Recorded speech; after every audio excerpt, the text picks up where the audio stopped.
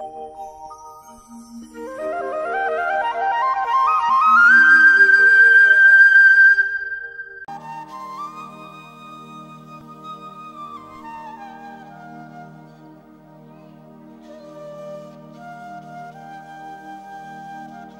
के विद्यार्थियों द्वारा तैयार एक नाटिका, थोड़ा सा उसका मैं परिचय दे दूं उस नाटिका का।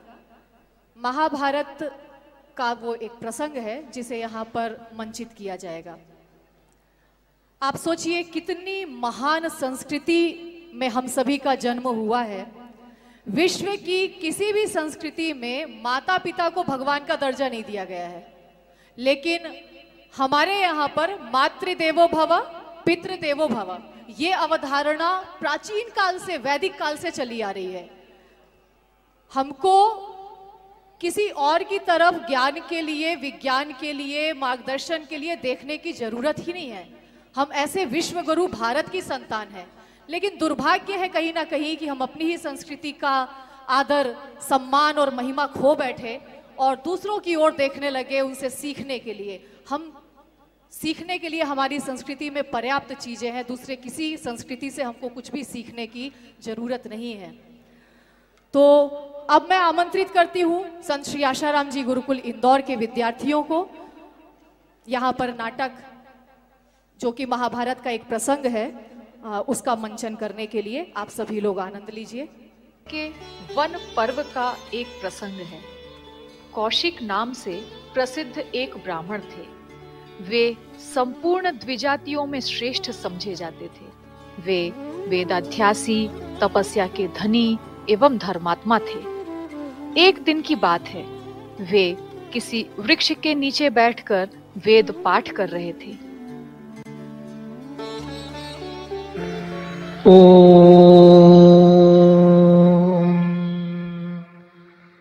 छन्दो मित्रस्यं वरुणः छन्दो भवत्प्रियमा छन्द इन्द्रो बृहस्पतिः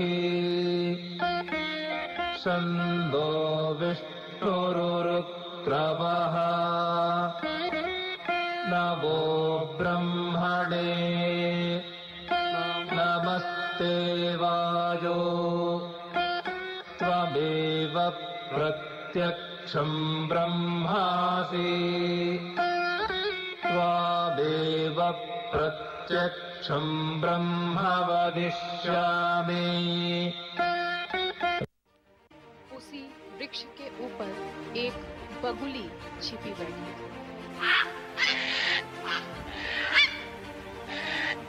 उसने कौशिक ब्राह्मण के ऊपर पीठ कर दी। यह देख ब्राह्मण क्रोधित हो गए। उन्होंने कुपित होकर उस बगुली को देखा और वह बगुली अचेत पिता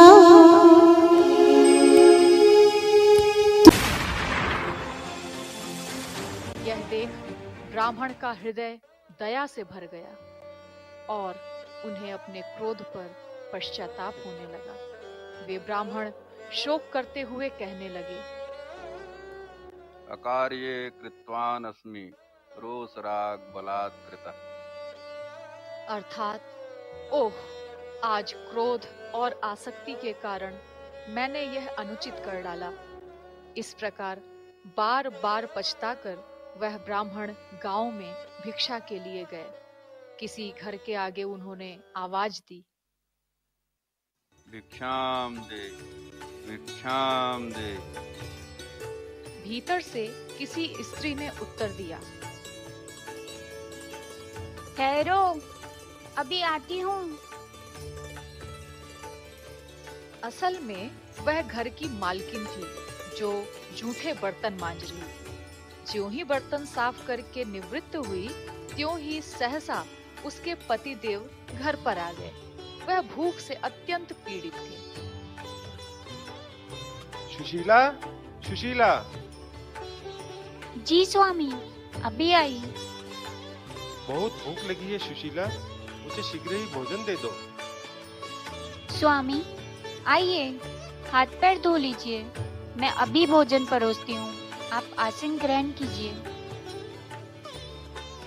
पतिव्रता स्त्री अपने पति को भोजन कराने लगी और ब्राह्मण देवता द्वार पर खड़े उसकी प्रतीक्षा करते रहे। उन्हें स्त्री पर क्रोध आ रहा था। सहसा स्त्री को ब्राह्मण देवता की याद आई। ओह, मैं तो भूल ही गई स्वामी। द्वार पर एक ब्राह्मण देवता खड़े हैं, मैं उन्हें अभी भिक्षा देकर आती हूँ। हाँ हाँ, अवश्य। सुशीला जैसे ही भिक्षा लेकर द्वार पर पहुंची, देवी, यह तुम्हारा कैसा बर्ताव है? अरे तुझे इतना ही विलंब करना था तो मुझे ठहरो कहकर रोका क्यों? मुझे जाने क्यों न दिया? क्षमा करे ब्राह्मण देव, मेरे लिए मेरे सबसे बड़े देवता मेरे पति हैं। वह भूखे और थके हुए घर पर आए थे। उन्हें छोड़कर कैसे आती, उन्हीं की सेवा में लग गई थी। ओहो, तो क्या हम ब्राह्मण बड़े नहीं हैं? तुमने पति को ही सबसे बड़ा बना लिया। एक गृहस्थी होकर तुम ब्राह्मणों का अपमान करती हो।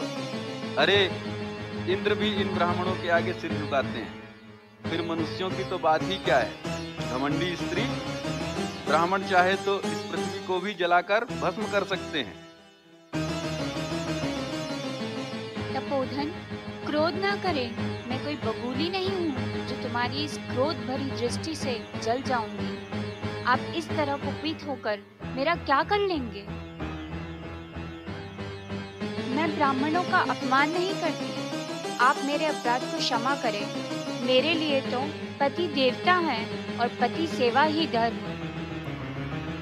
और ब्राह्मण देवता, पति सेवा का प्रभाव तो देखो कि आपने क्रोध करके जो एक बबूली को जला दिया था, वह बात मुझे ज्ञात हो गई। आप क्रोध ना करें। जो क्रोध और मोह का त्याग कर देता है वही ब्राह्मण है। आप भी धर्मज्ञ, स्वाध्यायी और पवित्र हैं। तो भी मेरा यह विचार है कि आपको धर्म का सही ज्ञान नहीं है। विप्रवर, यदि आप परम धर्म क्या है यह नहीं जानते तो मिथिलापुरी में धर्मव्याध के पास जाकर पूछिए। मिथिला में एक व्याध रहता है जो माता पिता का सेवक, सत्यवादी और जितेंद्र है। वह आपको धर्म का उपदेश करेगा। आप उसी के पास जाइए, आपका मंगल हो। यदि मेरे मुख से कुछ अनुचित बातें निकल गई हो तो उन सब के लिए मुझे क्षमा कीजिए। सुबह तुम्हारा भला हो। मैं तुम पर प्रसन्न हूँ। मेरा सारा क्रोध दूर हो गया है। तुमने जो कुछ कहा वह अनुचित नहीं, मेरे लिए मंगलकारी है। कल्याणी, तुम धन्य हो जिसका सदाचार इतनी उच्च कोटि का है। उस पतिव्रता स्त्री से भिक्षा लेकर ब्राह्मण अपने निवास पर पहुंचे और उसकी सारी बातों को विचारने लगे। मुझे उस सती की बातों पर श्रद्धा और विश्वास करना चाहिए, अतः मैं अवश्य आज ही मिथिला जाऊंगा। उस पुण्यात्मा धर्मव्याध से मिलूंगा और धर्म की बातें पूछूंगा। मन ही मन ऐसा निश्चय करके ब्राह्मण चल पड़े राजा जनक की मिथिला नगरी धर्मव्याध से मिलने। जनकपुरी पहुंचकर ब्राह्मण ने लोगों से धर्मव्याध का पता पूछा। भाई, यहाँ कोई धर्मव्याध रहते हैं? उनका पता जानते हो क्या? हाँ हाँ, उन्हें कौन नहीं जानता। उस ओर जाइए, वहीं उनकी दुकान है। जी, बहुत अच्छा। कौशिक ब्राह्मण जब बताए गए पते पर पहुंचे तो उन्होंने देखा कि तपस्वी धर्मव्याध कसाई खाने में बैठकर सुअर, भैंसे आदि का मांस बेच रहा है। वहां ग्राहकों की बड़ी भीड़ लगी हुई थी, इसलिए ब्राह्मण एक कोने में जाकर खड़े हो गए। धर्मव्याध ब्राह्मण को आया देख सहसा उठ खड़े हुए और ब्राह्मण के पास पहुंचे। भगवान, आपका स्वागत है। मैं आपके चरणों में प्रणाम करता हूँ। मैं ही वह व्याध हूँ। मुझसे मिलने के लिए ही उस पतिव्रता स्त्री ने आपको यहाँ भेजा है। मैं यह भी जानता हूँ कि आप कौन हैं और यहाँ किस उद्देश्य से पधारे हैं। अब तो ब्राह्मण के आश्चर्य का ठिकाना ना रहा। पहले वह पतिव्रता स्त्री और अब यह व्याध, दोनों ने कैसे बिना बताए ही सारी बातें जान ली। आप किस सोच में पड़ गए भगवान? वैसे यह स्थान आपके ठहरने के योग्य नहीं है। आप मेरे घर पर चलें। बहुत अच्छा, ऐसा ही करो। हे ब्राह्मण देवता, कृपया स्थान ग्रहण कीजिए।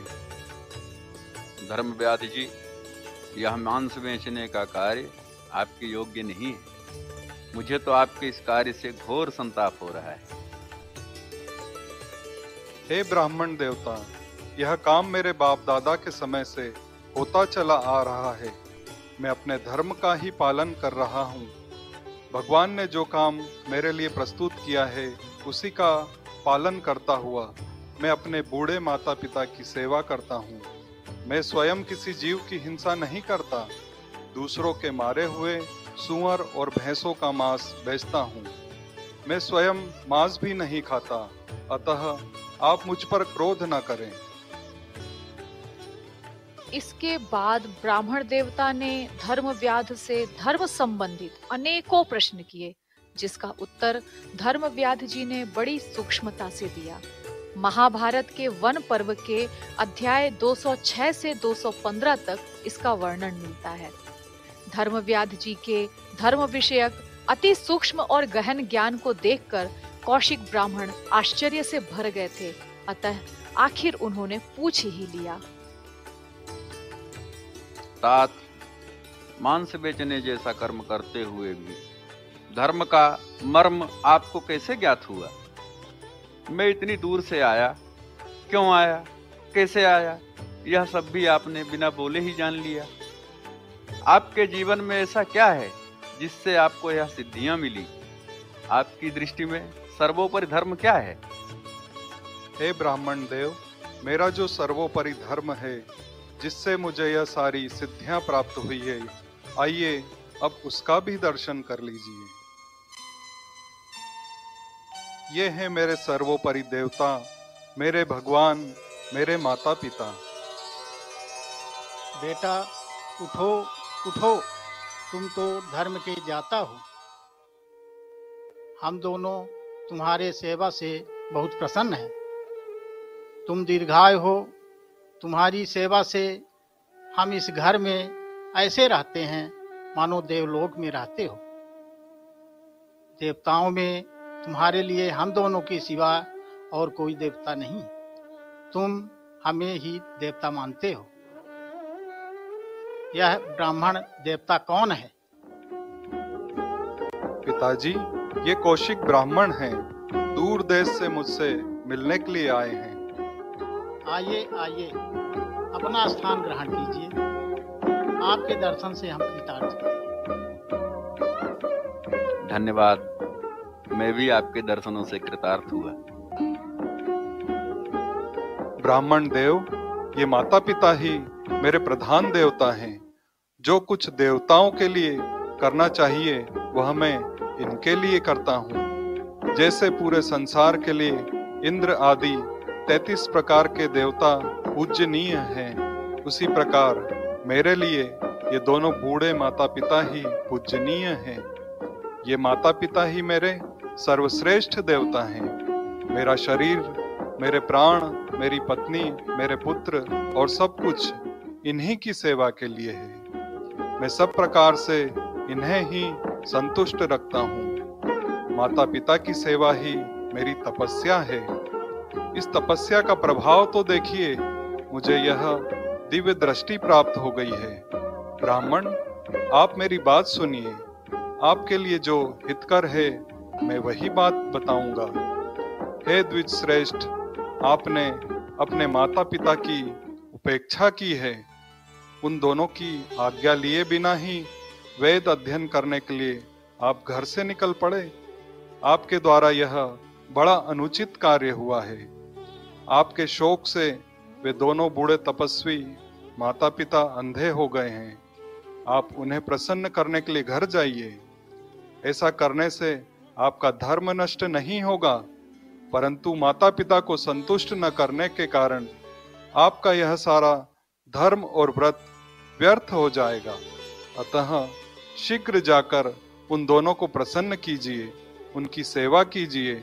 यह मैं आपके लिए परम कल्याण की बातें बता रहा हूँ। धर्म, सदाचार और सब गुणों से संपन्न व्याध जी, आपने जो कुछ कहा वह बिल्कुल सत्य है। मैं शीघ्र ही घर जाऊंगा और अपने बूढ़े माता पिता की सेवा से उन्हें संतुष्ट करूंगा। भगवान की बड़ी कृपा हुई जो मुझे आपसे मिलने का सौभाग्य प्राप्त हुआ। मैं नरक में गिर रहा था, आपने मुझे बचा लिया।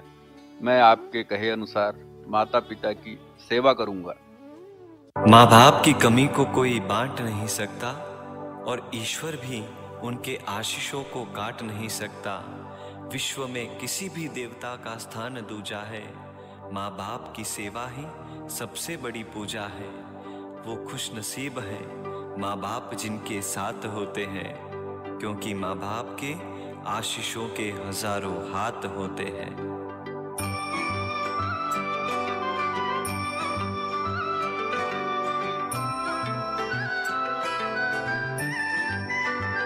जो हर पल मेरे बने सहारे, मेरे माता पिता वो प्यारे मेरे साथ हो, वो हरदम साथ हो। जो हर पल मेरे बने सहारे, मेरे माता पिता वो प्यारे मेरे साथ हो, वो हरदम साथ हो। वही एक ईश्वर रूप है लागे, मेरे सर पे सदा विराजे उनका हाथ हो, वो हरदम साथ हो। मेरे प्राण हो, वो हरदम साथ हो। आपके चरणों में ये सर जितना झुका है उतना मैं ऊंचा गया हूँ। कैसे ये ऋण चुकाऊं, आपके प्यार से मैं सींचा गया हूँ।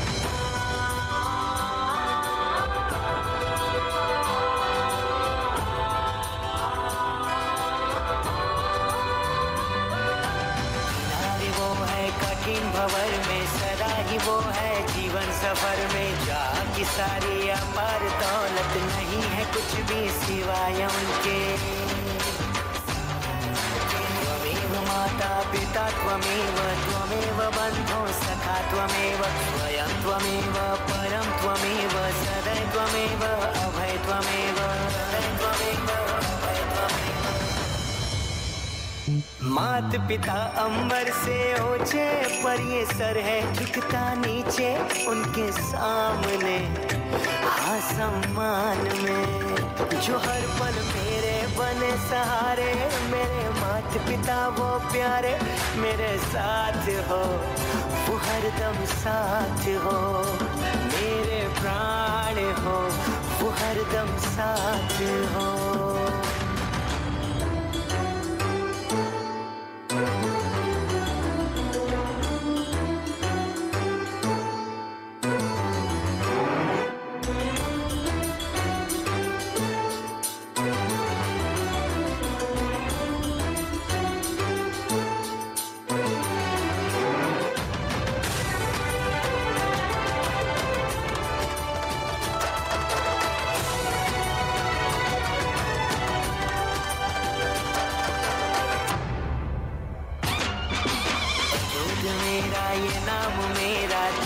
तूने सहारा तेरा, अगर कभी हो सघन अंधेरा, तुम ही हो लाते नया सवेरा, नया सवेरा। मातृ पितृ चरण नमामि, देवम नमामि परम नमामि, नमामि सर्वेश्वराय माता, नमामि पितृ देवम नमामि, नमामि पितृ। जैसे धर्मव्याध जी ने माता पिता की सेवा से वंचित कौशिक ब्राह्मण को नरकों में गिरने से बचा लिया, वैसे ही आज परम पूजनीय संत श्री आशाराम जी बापू ने मातृ पितृ पूजन दिवस की सौगात देकर अनगिनत लोगों को सच्चे प्रेम का मार्ग दिखाया है। मातृ पितृ पूजन की राह दिखाने वाले भला हो तेरा नींद से हमें जगाने वाले।